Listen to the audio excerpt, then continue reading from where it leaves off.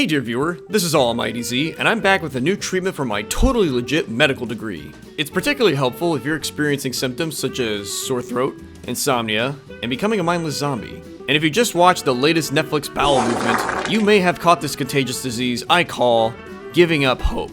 Luckily, not all is lost with this medicine. It's called Novocaine. But aren't those illegal? No. It's a dark comedic action film that is well-paced, has some tender character interactions, and uses its unique premise to create noteworthy and gory action scenes. It's about an introvert, Nathan, who has a medical condition where he can't feel pain. And after a great date with a coworker, armed robbers steal money at their credit union and take her as a hostage. So, Nathan vows to get her back, no matter the cost. Now, with a character that can't feel pain but doesn't have superhuman strength or even hand-to-hand combat training, there's a lot of creativity you can use when staging action scenes and even put twists on by-the-book moments from other action films. And Novocaine takes advantage of this to create what are the most entertaining parts of the film. Now, objectively speaking, there are issues with the story, and you can make a good argument that a character motivation at a critical moment should lead to said character going in a different direction.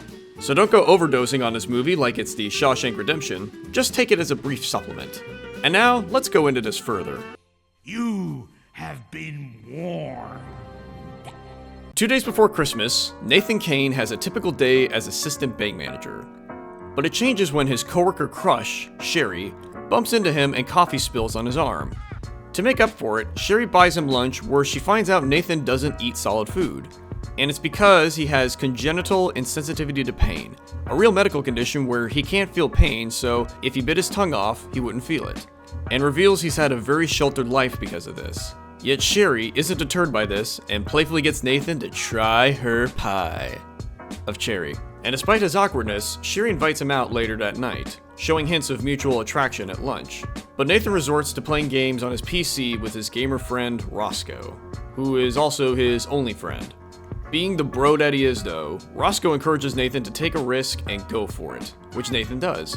He meets Sherry, and she reveals she bounced around many foster carers growing up, and when she did get adopted, her parents weren't the most caring.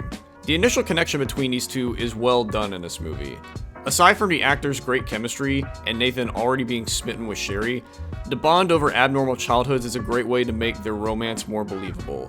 And it's made stronger when a former bully in middle school shows up and pokes fun of Nathan's condition. So to take revenge, Sherry orders them both a shot of a special drink, super hot sauce, that Nathan can't feel. It's a clever way to get payback on the bully, and while using his condition. And the two head back to Nathan's place where they make sweet love.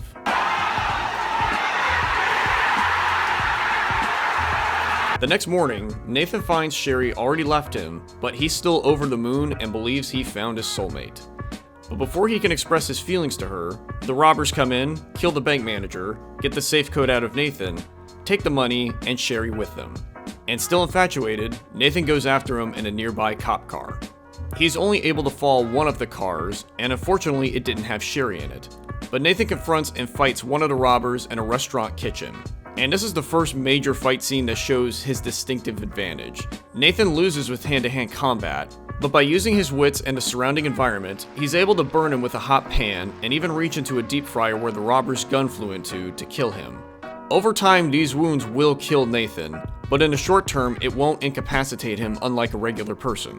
Nathan begins to play detective on finding where the robbers are located. And meanwhile, we're shown the robbers are concerned one of them hasn't returned yet. And it's also revealed that Sherry was working with them the whole time. What a twist! Memes aside, I think this twist is actually fairly clever. When Sherry bumped into Nate, she mentions she hoped to not get fired having only worked there for 4 months. So she had time to scope out the place and help with the details of the operation.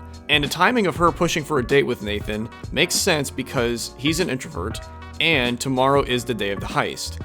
But I think the later revelation to Nathan would have been more effective if it had also been the first time the audience was made aware of this. Moving on, with the help of Roscoe, Nate finds a shady tattoo parlor that gave the deceased robber said tattoo. After another fight scene against the tattoo artist, he gets the name and information of the deceased robber and goes to his house. The house is booby-trapped, and after he takes an arrow to the knee, he finds a clue of an auto mechanic uniform before getting snared.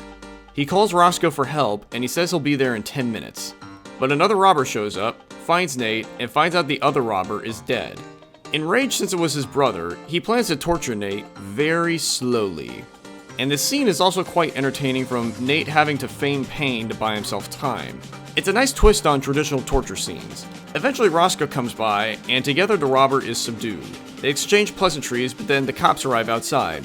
You see, 2 detectives have been hunting down everyone who left and have been tracking Nate's phone. But Roscoe, being the Giga Chad bro that he is, switches clothes with Nate to pull the bait and switch while he goes to the mechanics. Nate goes to the mechanics and finds Sherry and the final robber, Simon. Nate finds out about Sherry's true intentions and is crestfallen. Simon then easily beats Nate and forces him under a lifted car before slowly crushing him with it. And this is despite Sherry's pleas to stop, who's having a change of heart with her involvement. But in the nick of time, the detectives shoot Simon and bring paramedics for Nate. But it turns out Simon wasn't dead because he was only shot in the side of the stomach and the cops didn't bother to check his pulse. That's fucking stupid! Yeah, and the cops get shot at, and Simon takes off with the money in the ambulance, and Nate is in the back. When Nate comes to, he realizes his predicament and uses the defibrillator to subdue Simon and flip the ambulance. They both survive, which I should mention by this point, Nate should probably be dead from blood loss. I have skimmed over some of the injuries and stabs he's taken, and although he patches himself up from, say, a bullet wound in his arm, and has taken 2 shots of adrenaline by this point, those don't last forever. And we're at night by this point, when blood loss should have seeped in by now. By the time of their final showdown, Sherry arrives and tries to stop Simon, who in turn taunts Nate and how he fell for her. Yet he's gotten over the ruse and claims he still loves her. This is another point of contention I'd argue against the story. Nate has been sheltered and afraid for most of his life, playing it as safe as possible.